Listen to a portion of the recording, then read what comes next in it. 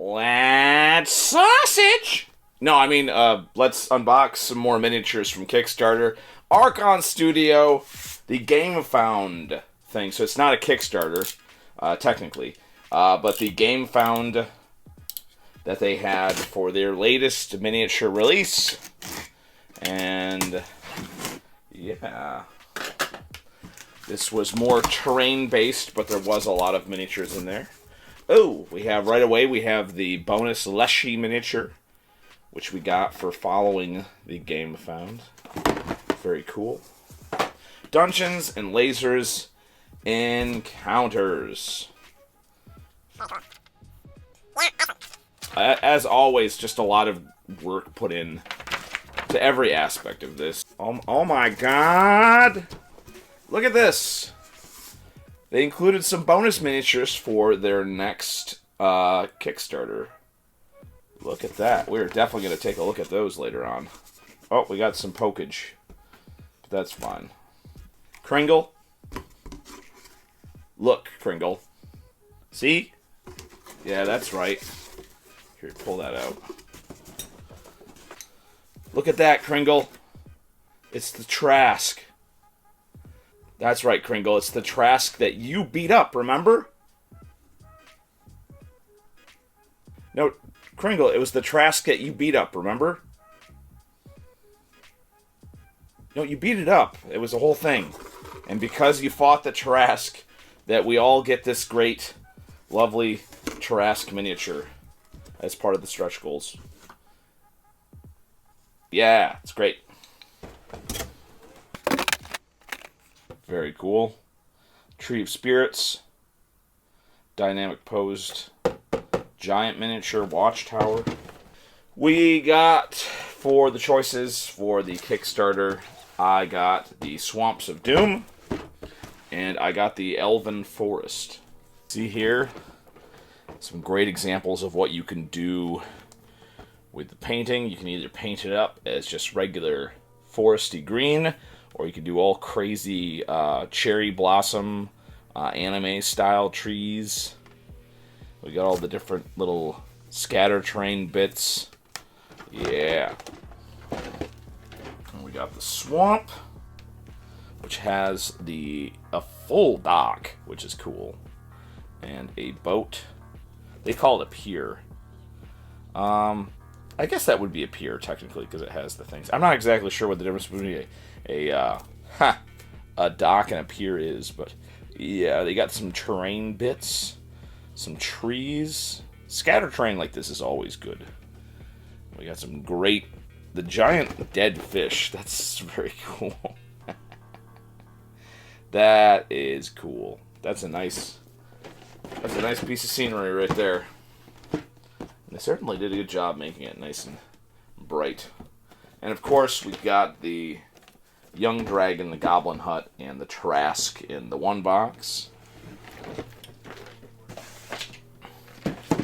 And in the other box, we just have a whole heap of miniatures and scatter terrain, translucent material stuff. They went all out. This is all going to be on sprues. And I'll be interested to see how this fits together. I think what happened is they had to do some changes around, because I think that this is Super Stretch Goals box 1 of 2, and then that's 2 of 2. So I think some of these might be in here, because there's so many bits of terrain in here. I want to see how these fit together. So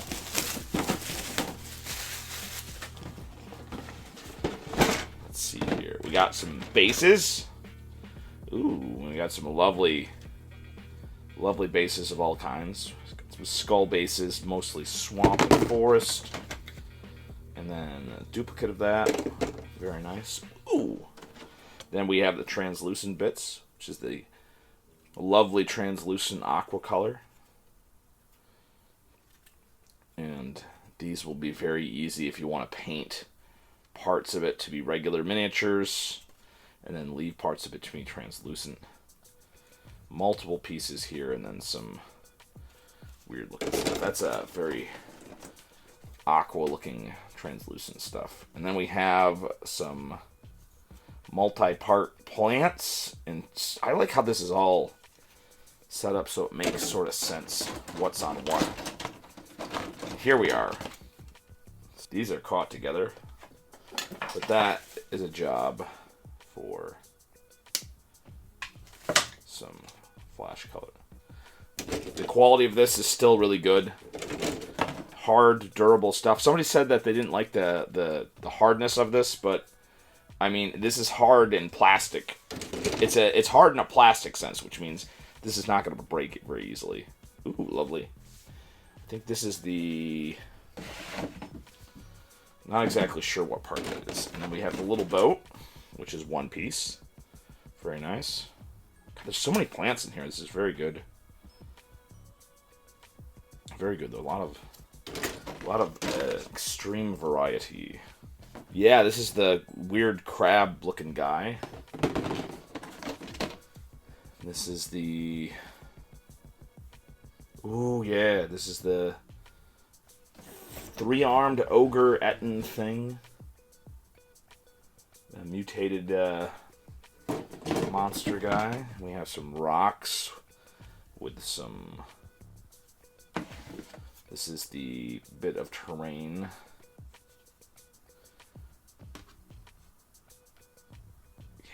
Wow, so many cool things. And then there's like just... I love how they gave you multiple little spider cocoons. And this is obviously just a very high quality setup.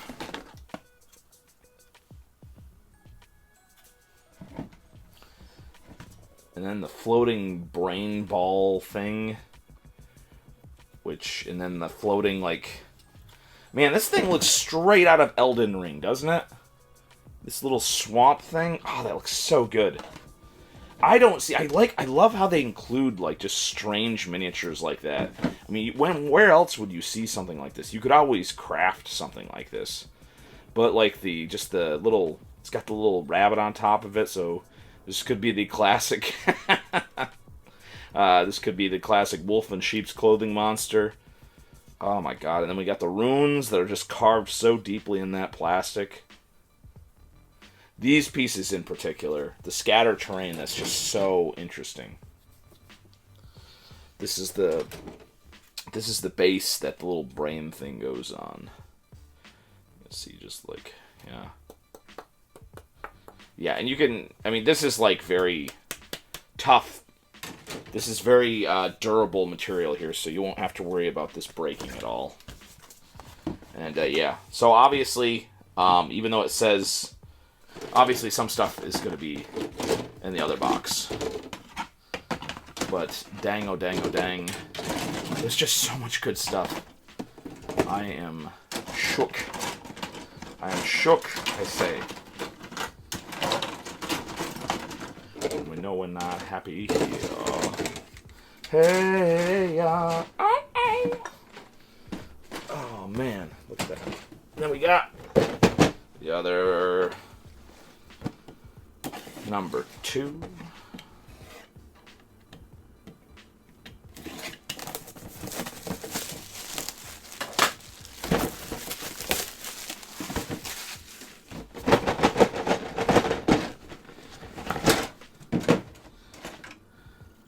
We got some branches, and yeah, we got this set up there. Look at that.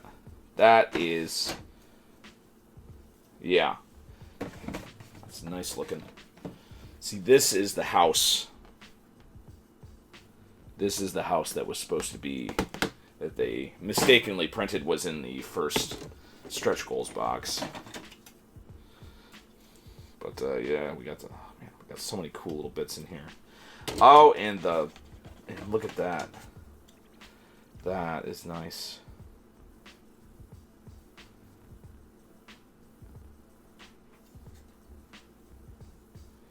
So yeah.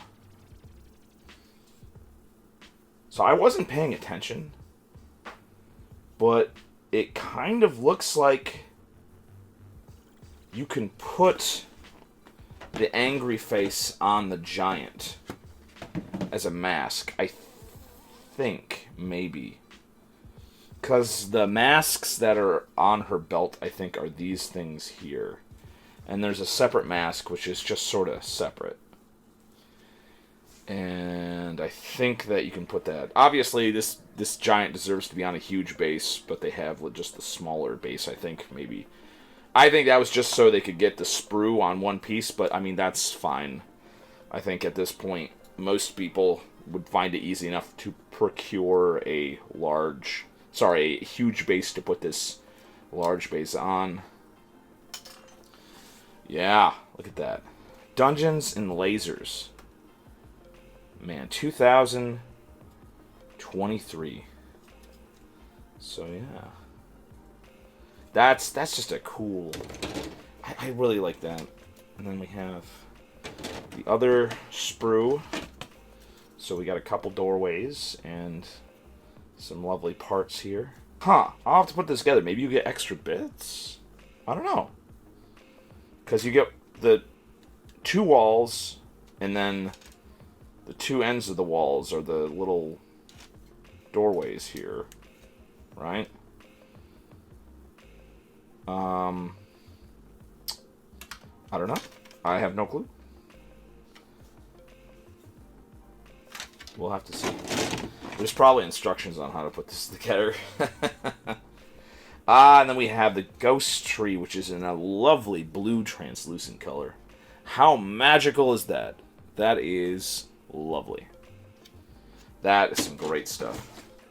And then we have the Dwarven Mines entrance, which is a lovely bit of scatter terrain. Foreboding. It seems like the dang old Highlander hut, it seems like you got 2 of those. Because if you put these together, sir, you would have 2 of them. So you get 2 Highlander huts, I guess. And you definitely get 4 doors. 4 doors of floors, which is nice. Or no, wait, you only get 2 doors because the doors sandwiched together. Alright, so that's cool.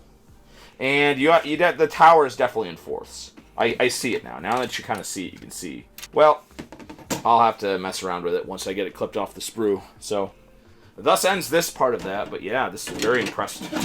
Very impressed. This is a lovely, lovely, lovely bit of sprue investigation. And then we have, of course, the horse and wagon, which is properly set up with all the little packages and whatnot. Yeah, I definitely think I'm going to do the hut first, because I want to see how that puts together. So I will continue later on. Alright, let's take a look at the Tarrasque box and see what we can see in terms of texture and sculpting. This thing's pretty great. I didn't get a chance to put it together, but I'm very impressed by, I guess, some of the small details on a lot of these miniatures. The little mushroom cottage, in particular, seems to have some small little plank bits there that, pretty impressive. Durability is good. Obviously, that's a major issue for me. And just look at all the texture on the Tarrasque. That's just a lot of fun. I've seen some amazing paint jobs, by the way, of the Tarrasque miniatures, so... I don't know. I think I'm going to go kind of with a reddish scheme, I think, that I saw in, the official artwork, and most people are kind of doing a reddish scheme on this, so I think that's probably what I'm going to do. It does have those giant horns on there. And of course, this sample pack from the next Kickstarter, which has some very interesting choices. These, I was actually very impressed with. Obviously, they're going to send out some of the best sculpts for something like this, but all 3 of these seemed really interesting. But I did note that what I was most impressed was with the fit. The little forest golem guy, who I don't know the proper name of, the fit of that miniature was spectacular. Absolutely amazing. And, I don't know any of the lore behind it or anything, but it was just a very very well-fitted miniature and came in multiple parts. But it was so well designed that I didn't need to do any kind of filling with this at all. The pieces just sort of snap together, and dang, it's like the miniature is just one piece. Very nice. And I just used regular old super glue gel to put this together. I think I accidentally bent one of the legs. That's why I have the vice clamp on there, because I wanted to make sure that one leg would mean really press down hard. But that was user error, obviously. Little rock backpack thing, very cool. And then this thing, which I really was reminded of the poison snail things from Elden Ring, the land squirts, or whatever else they're called. They're the big poison ball things in the swamp. But clearly this was meant to more reflect like a talking stone or something like that. This did have a mold line. Now, if I didn't seal it with the UV resin, I think this probably would have been just fine. However, I decided to take the extra step and zap it with the UV resin. That process only takes a very short amount of time. And in the end, I'm like, I probably didn't need to do that. But it looks so dang good. All three of these guys. And I saw the little crab guy, and I was just so impressed. I decided, why not? I'll clip and paint the little crab guy as well. But yeah, I definitely think that I believe it's known as some sort of stone, talking stone, speaking stone, something like that. It's got the little chinchilla-looking thing on top of there. So this could be used for a wolf in sheep's clothing monster. But frankly, I just like it as a very interesting little bit of terrain. And of course, the blue crab. I was really impressed with this. This is a 2-part miniature. And it snaps together really well. To the point where it's just like, I did no mold lines at all. I did a very simple thing. I don't know why I painted his legs purple. I think I just wanted some contrast. And then, of course, the big wood golem thing. I believe his left hand should be actually a rock fist, but I didn't see the details well enough when I was painting it, so excellent. And again, I tried to paint this boulder up like the land squirt thing from Elden Ring, but it kind of looks like more of just a boulder, because I think a lot of the formations on it does look more like a rock than sort of like an organic thing. So yeah, I just sort of added some little bits of speed paint for the greens on the moss and the plants, and some washes, a little bit of purple washes and dark green speed paint for some of the little branches that you find on him. And it looks really nice in person. Of course, the the forest golem being driven by 4 of the little weirdo guys here is such an interesting take on a miniature like this. It's pretty bizarre, but you know what? I like it because it's different. And it could be used for multiple purposes in a D&D game. This could be just a treant, or it could be something very specific and custom. Here you can see the little bits that I picked out in different colors to make this little angry crab guy really pop. I was afraid that he wouldn't fit very well on that base, but you know what? Turned out okay. So yeah, there you have it, everybody. I like these miniatures. Dungeons and Lasers has not gone wrong at all. I'm definitely going to be interested in taking a look at their new Kickstarter. And I'm going to be very interested to see what happens with their lines. Again, made in Poland, durable, very detailed plastic. The fit seems to be getting better and better every line they do. Very impressed with what they're doing over there at Archon Studio, and I wish them the best. Hey, let me know, did you do the Dungeons and Lasers encounters? And did you get this set? And if you did, what do you think about it? Let me know in the comments below.